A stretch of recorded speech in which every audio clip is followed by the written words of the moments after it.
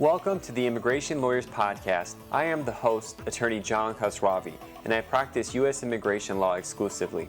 For more information about the program, please visit www.immigrationlawyerspodcast.com. Please note that this recording is informational only and does not constitute legal advice. Please consult with a licensed attorney for specific legal guidance that suits your case. Also, this recording is copyrighted and written permission is required for rebroadcasting. For more information about me, please visit www.jqqlaw.com. Hi everyone, welcome to episode 48 of the Immigration Lawyers Podcast, covering the week of July 3rd to July 9th.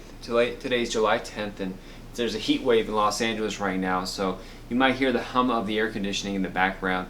I couldn't help it. Normally I try to shut down the fans for volume purposes and the sound quality, but by the time it's over, I'd be sweating and the video would look terrible, so I decided to keep the air conditioning on.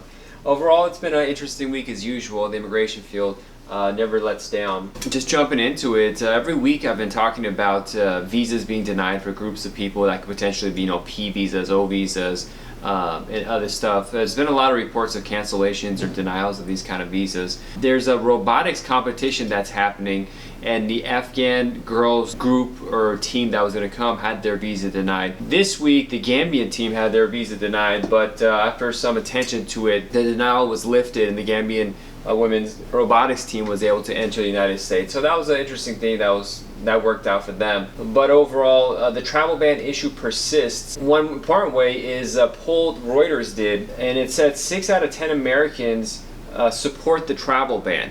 So this has wide public support. I'm sure it's because a lot of misunderstanding of what the travel ban entails and who's being banned and all that kind of stuff.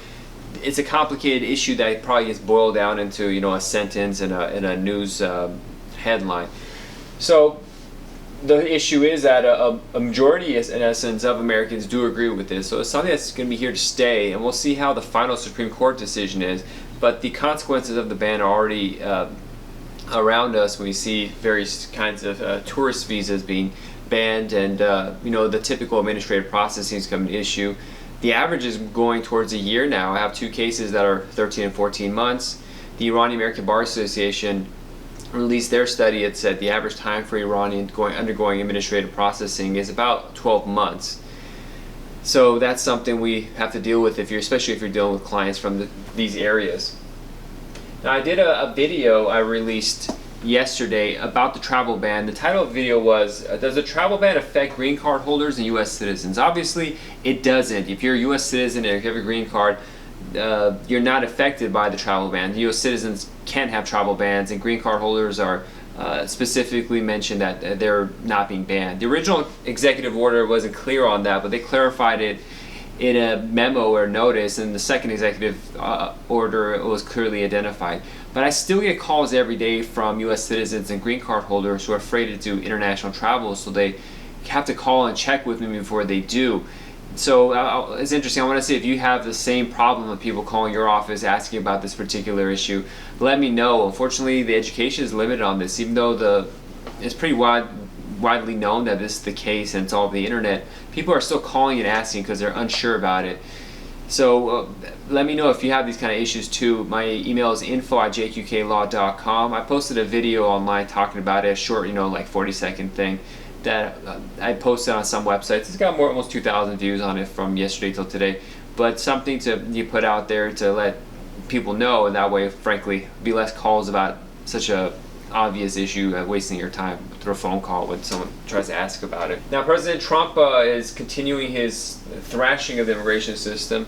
The entrepreneurial parole program that President Obama instituted in the waning days of his administration is having a redo, and it looks like one website, Axios.com, I've never heard of this website before, but they're reporting that Trump is planning to halt the entrepreneur program. I think it was supposed to come into play in July, actually, and that said they're going to postpone it for review a couple months ago, but it looks like he's not going to continue it from what this article is saying. It's such a weird thing. This entrepreneur program, especially for a business-minded president, is bizarre. They obviously, there's going to be abuses of any form of system, what we do, but when it comes to something where investors are involved, creating companies, new things that could create jobs and money in the U.S. and investments, it's surprising that full support wouldn't be pushed for this. So we'll see what actually happens on that. On the other end, with regards to minors, those UAC cases, the Ninth Circuit ruled that they can't be confined without a court hearing and a bond hearing. There was a lawsuit settlement from 1997 that set standards for the detention of minors and their release. Congress afterwards passed laws undoing that, but the Ninth Circuit disagreed, saying essentially the way people are handled in deportation proceedings, especially children, is terrible, and we can't rely on the government to provide the best service and the best protection. So the children have to be able to have a bond hearing and be able to be released. And so that was a great thing that happened. It's the Ninth Circuit. It'll probably be appealed to the Supreme Court, but the Ninth is doing its part to at least keep some bastion of legitimacy in the detention system from what it is right now. One really interesting study that came out is Secretary Tillerson from the State Department asked a private company to review visa issuance and stuff like that, and the whole process of the State Department. And their response was that DHS should issue visas. This is fascinating for what we do. Do you like that or do you don't like that? In a theoretical sense, it makes perfect sense that DHS would handle visas as well. For example, if we have USCIS petitions or applications that are approved, then we have to send it to the State Department. It kind of doesn't make sense to deal with two different departments for one process, and that's kind of why we have to reinvent the wheel when we do consular processing. So does that make sense? Wouldn't it be better to have it all in-house and have one group do it? On the other end, knowing past history, when these kind of shifts happen, these massive shifts of responsibility and training that's required, that means for the next few years at least, there's going to be huge problems in the immigration system as there's new training happening, as new supervisors are put into place, as the whole system is redone to adjust to what it is. So it was a very interesting thing.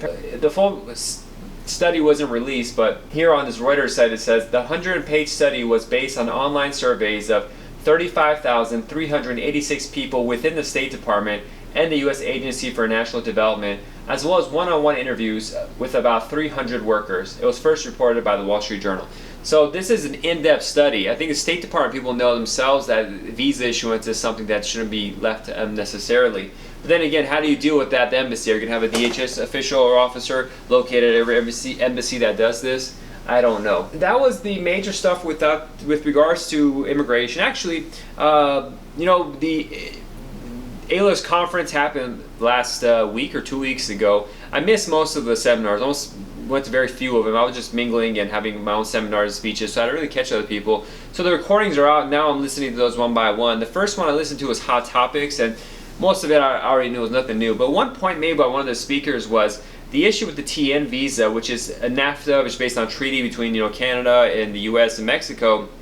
And there was worry, and I had this worry that if NAFTA is undone and renegotiated as President Trump wants to do, or said he wants to do at least, how would this affect the TN category? Well, apparently, this one attorney said that although the TN was originally made by treaty, it was later ratified by Congress on its own. So even if the NAFTA treaty goes away, the TN exists in addition to that. So that was interesting. So TNs will not get affected unless they're specifically changed by treaty or whatever subsequent regulations are made after that. But that's something to know, and if your clients have TNs and they're worried, it maybe it's something to tell them. I couldn't find the actual rule for this or any citation, and I was going to stop looking. I did some research for about 10-15 minutes, couldn't find anything. But if it's true, it's good, and chances are if this lady on the panel said it's true, it probably is true. Another thing is, thank you for the people from Prima Facie, I think it is. They're a software firm for immigration attorneys. I reviewed my opinion on INS Zoom, the ups and downs of it. Eventually I canceled them, and they listen, and they're very interested in having me try out their software, and they're very courageous because I'm going to be honest with whatever opinion I have of it. But they're very nice. They contacted me, and I saw them at the ALA conference. I really want to get into the software and test it out for myself. I've just been too busy to set aside the time, but hopefully the next week or two I'll be in communication with them and start the process of testing that out and letting you know how I feel about it. The people in charge of it are pretty eager and open, and they're excited about developing your company. So there's one of those things when a company is successful and they've been there for a while, there's a sense of lethargy or slowness that happens because they got the big business, they don't have to work as hard. But when you're newer and younger, you have more hunger for it, so you're there. So it will be interesting to see how their software works. I'm definitely going to look into that. Now, just different stuff unrelated to the daily practice of immigration. There was an article I read, right now, and I'm not going to go into politics, but there's a lot of talk about what's going to happen with healthcare and the repeal and redo or whatever about Obamacare, all that's going to happen. One thing I've had in mind for a long time, and I see Senator Rand Paul has been talking about this, about how fixing healthcare, which is allowing people to do their own associations so that they can create their own health networks. As it is right now, either you work for a big employer who helps your health insurance and is able to get a deal for you, or you're individual and you frankly get screwed on an individual basis. But there's no real way for me as like a solo immigration attorney to get together with 300 other solo immigration attorneys, create our own network and bargaining power so we can develop a relationship with an insurance company and get insurance for all of us. And parts of Obamacare actually prevented this from happening. It's a high burden, a very difficult thing to do to be able to create an organization like this. We have to become a full corporation, fight this and do this and have a lobby to do that before we're able to do something. But I would love it if we were able to, as immigration attorneys, create our own system so we can get our own health insurance as a group and get the good rates instead of having to pay, especially solos, the individual rates, which are usually much higher than everyone else's. I don't know how to go about that, how to fix that or something, but that's something I wanted you all to listen to. If anyone knows about it, it'd be an interesting thing to talk about to get started. So we solos could, have some reasonable healthcare costs as well. One pet peeve I have, and I've had this for years when people call me, and I wanted to get your opinion. If you have this pet peeve as well, email me info@jqqlaw.com. But when people call me and they want a consultation or ask questions, and it's about a third party, it could be a friend, it could be a spouse, a brother, sister, aunt, uncle, nephew, or something like that, I absolutely hate it because I can't give a full consultation unless I'm talking to the actual client. People, like I've had a mother once call, and she wanted to call about the marriage between her son and the bride, and she's like, I know everything, I can tell you. I'm like, no, I need to talk to them. I need to see what his relationships are, all this kind of stuff. And she kept saying, no, you can talk to me. I know everything about their lives. And I just said, frankly, do you know when the last time they had sex was? And that really just caught her off guard as a Middle Eastern woman. And I said, yes, so I need to know exactly what's going on in the relationship, how genuine it is, how the relationship developed, every single detail that you're not going to be able to answer. And it was probably a harsh thing to do, but I get so annoyed when people call me about other people's cases. If a person can't call an attorney for their own case, and most of these, I'm not saying people that don't speak English and have language issues, I understand. These are people I can call, they're either too lazy or shy or something like that. But if someone can't call for their own case, it drives me crazy. I've worked in restaurants and businesses before I became an attorney, and I've had cases where I've seen situations where someone would have their friend come and ask for application for a resume, or their mom, and they would fill it out for the child or for their friend. And I'd be like, why don't they come? Like, well, they're at home or they're kind of shy, this and that, but I'm doing it for them. Like, what kind of employer would want someone who couldn't even handle an application form on their own to come and have their parent do it and hire them? It doesn't make any sense. And for me, it's the same with clients. If a client is too afraid to talk to me, that means it's going to be a lot of big issues involved. Not going to be able to get good information. It's going to be third hand from middle people, and that creates a bunch of risks for mine. So if you have this pet peeve or any others, let me know. info@jqqlaw.com. I want to do a video for a client so people online can explain why it's not a wise idea to have a third party contact you on their behalf. But who knows if they'll watch it or not. But it's one of those things that happened a lot this week, and I wanted to talk about. So moving on from that, I'm part of this organization where different professionals meet and they talk, stuff like that. They had a special event when they had a speaker come. His name was Jay Samit. Jay as in J-A-Y, last name Samit, S-A-M-I-T. This guy's like a top tech guy that's worked in all the big companies, and it's all about disrupting the old order and creating new stuff out of it and building our companies. Very successful guy, very fascinating ideas, and he provided a good talk.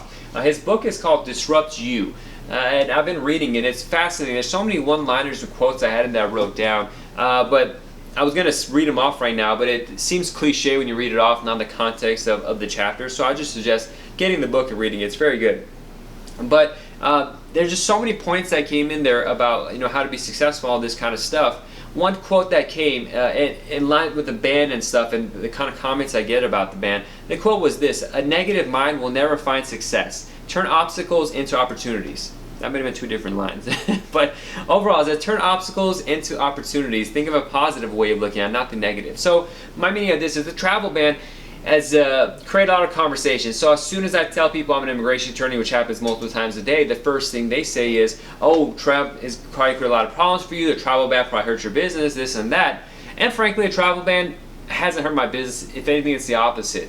It has caused a lot of phone calls that could over time be annoying because it's the same question over and over again, like the question about, I'm a U.S. citizen, can I travel internationally? That's a question I don't really expect people to have to ask me or they could find online. That kind of stuff annoys me and wastes my time. But the travel ban itself, if that actually happened, yeah, it would affect a lot of my cases. Not a lot, maybe like 20% of them that are from Iran.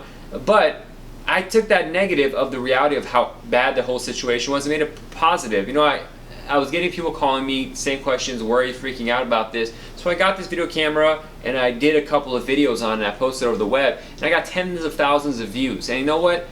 The ban caused tens of thousands of people to learn about me, and I got, you know, cases out of that. I have 4 or 5 cases that came about strictly because of the travel ban and the notoriety I got for talking about it. So, you know, whatever obstacle it is, you could turn it into a positive. Just think about it in a positive way. Sorry, that was my cell phone.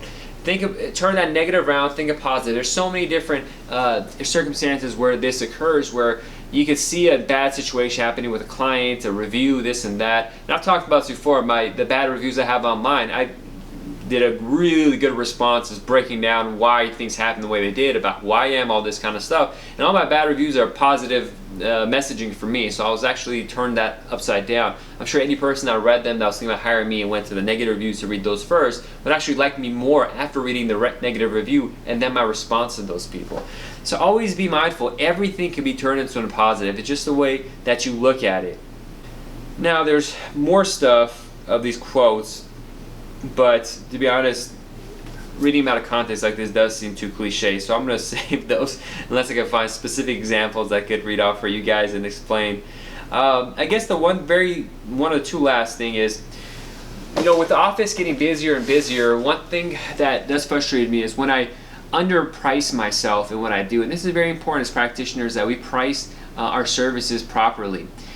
Almost every case always is more work than you think it's going to be. It's never an easy open and shut case. Very rarely, maybe 1 out of 10 or 1 out of 50, frankly. There's always nuances that come up. There's always going to be a client that wants a lot more attention. They might want to call and ask about the same thing multiple times. Their documents might be different once they actually give it to you. USCIS might have delays where you got to follow up, you know, admin processing, all this kind of stuff that accumulates, and all of a sudden I find myself doing hours and hours a week, maybe 5 to 10 hours a week at the very least, of additional work that I wasn't planned on.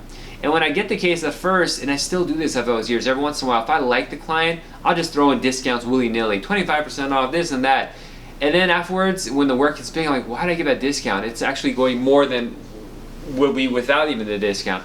So I'm not sure if you guys do this, let me know if you do as well, but you gotta stick to your guns, or I gotta stick to my guns, and just have my basic prices of what they are, and just willy-nilly throw out discounts, no matter how much I like the clients. You know, I do like most of my clients, so I'll just throw out discounts, but with the level of service I provide and attention, it's just not an appropriate thing to do, because then it becomes slammed, and I can't give them the kind of attention that I think they deserve, because I've taken on too much. So I'm sure other people deal with the same thing. There's always this worry of, am I charging this too much? Is my competition charging less? Should I adjust myself? And that battle is always going to continue in the line of work that we do. But, you know, stick to your guns and to see what you're worth. That's what I got to keep repeating myself, not to do these kind of things. Because what happens is I just get frustrated. That time, like on Thursday, I had a case, and I gave a huge discount on this person because I thought it was an easy shut case, and I really liked the client, a very, very good person that was in a bad situation.